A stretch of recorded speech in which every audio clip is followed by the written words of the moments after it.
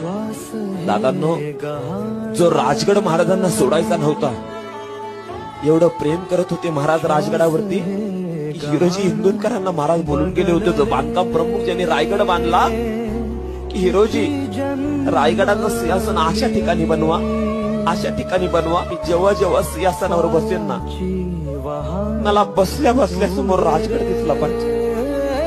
अरे लय जीव होता राजांचा राजगडावर, की राजांना हा गड सोडू शकत नव्हते, पण स्वराज्याचा विस्तार कारभार एवढा वाढला होता, इच्छा नसताना देखील राजांना राजगड सोडावं लागला होता. राजाच्या नगारखान्यातून आतमध्ये येण्या अगोदर महाराजांनी राजगडाकडे बघितलं.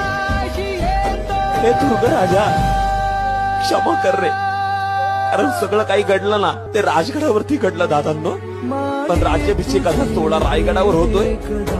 ते एका गडपुरुषाला काय वाटत असेल या वेदनेने या राजाचा जीव व्याकुळ झाला.